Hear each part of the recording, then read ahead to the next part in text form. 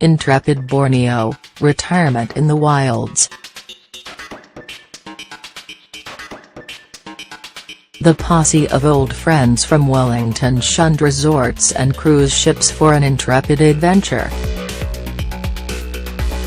At an age when most people are slowing down, David and Margaret Hogg and 11 of their closest friends are dusting off their walking shoes after returning from an adventure in Borneo, a wild and jungle-clad island in Southeast Asia's Malay archipelago.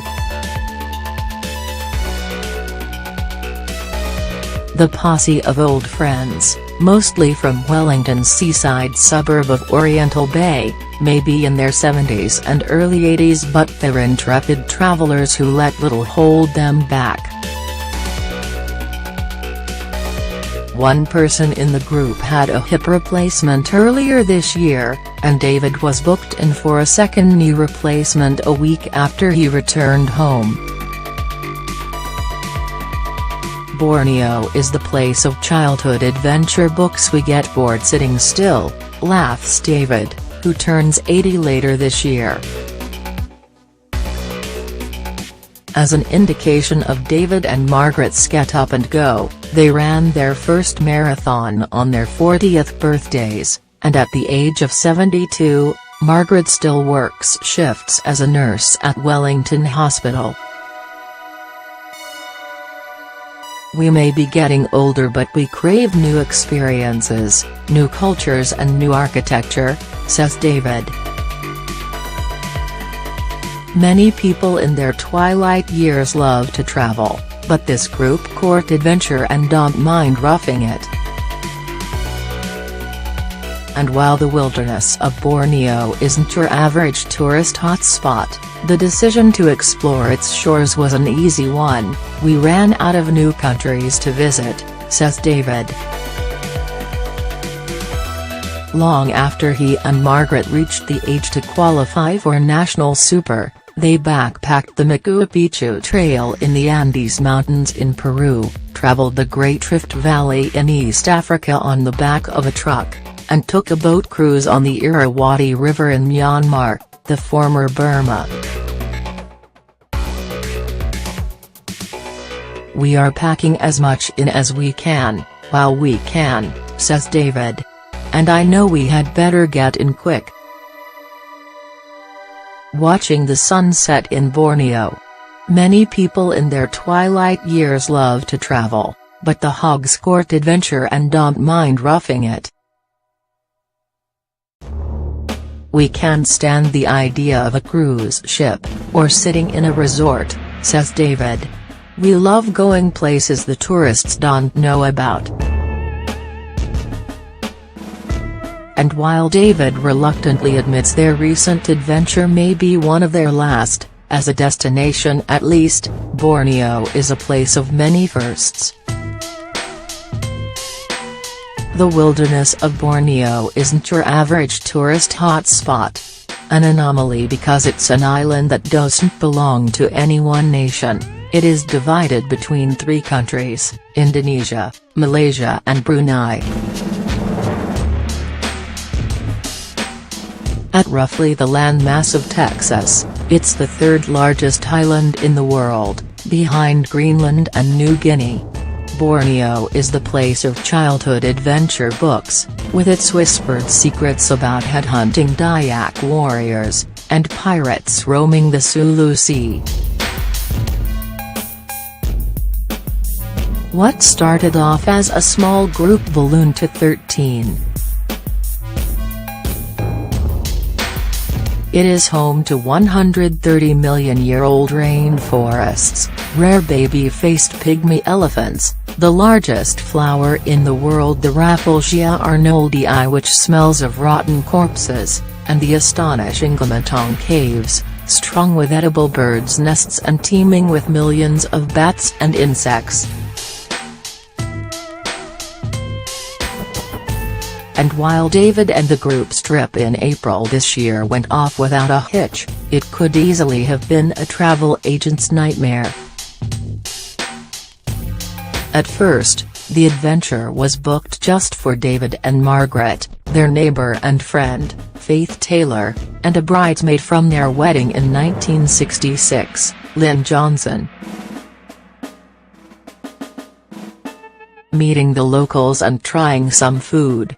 But Oriental Bay is a village, you can't step outside the gate and not talk to someone you know, says David. As soon as I mentioned we were off to Borneo, everyone said, "Oh, exciting, can we come?" Over time, the group swelled from 4, to 7, to 9 and finally to the grand total of 13 people. As soon as I mentioned we were off to Borneo, everyone said, "Oh, exciting, can we come?" Every week I was calling Tim at Adventure Travel and saying, things have changed again." A standout highlight for David and the group was their stay on Selangan Island, 40 kilometers from Sandakan, in Sabah on the northeast coast of Borneo. One of 3 islands in the Turtle Islands National Park, it is a nesting beach and breeding ground for the endangered green and hawksbill sea turtles.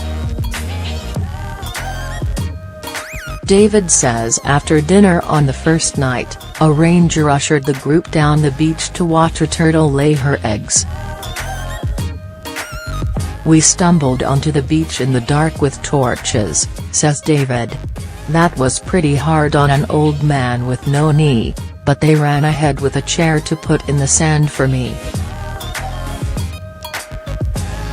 The group stood in awe just meters from a rare green turtle which laid 121 eggs as big as golf balls, unconcerned about her audience and seemingly in a kind of trance. Later, they were taken to the hatching area to watch a milk crate of tiny turtles get released into the sea. They were so tiny you could hold several in the palm of your hand. "We had to turn the torches off and hide in the dark because they aim for the sea but get disorientated when they see the light," says David. 2 days later, the group did a cruise down the Kinabatangan, which at 560 kilometers is Sabah's longest river, slashing the landscape from the Crocker Range to the Sulu Sea southeast of Sandakan. A half-day on its ochre waters was a chance to see some of the strange and marvelous creatures that call Borneo home, like the pygmy elephant, the Irrawaddy dolphin, the proboscis monkey, and the sun bear. Margaret told our travel agent Tim she wanted a full refund if she didn't see a pygmy elephant, and thankfully we did.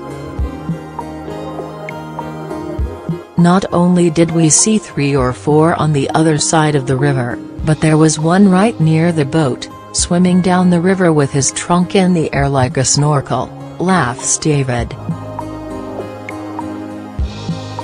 The jungles of Borneo are thought to be the only hiding place on Earth for pygmy elephants, which are genetically distinct from other elephants and comparatively tiny and timid, earning them the moniker, Disney elephants. Although considered extinct by the end of the 18th century, a small pocket was rediscovered in Borneo. According to local legend, they survived because the Sultan of Java gifted a group of them to the Sultan of Sulu more than 600 years ago. David says during their time on the river, they managed to spot not only pygmy elephants but the other big 5 rare animals, the proboscis monkey, the helmeted hornbill bird, orangutan, and a freshwater crocodile. As the grand finale to wrap up an intrepid adventure among 13 old friends, it was cause for celebration. "We had a party almost every night in Sumion's room," laughs David. Duty-free cognac was the drink of choice. And while their journey into the wilds of Borneo has come to an end, David and the rest of the group will gather later this month to share their memories of a far and distant land and maybe plan their next great escapade. For more information, contact Adventure Travel on 0449471180 or email info@adventuretravel.com.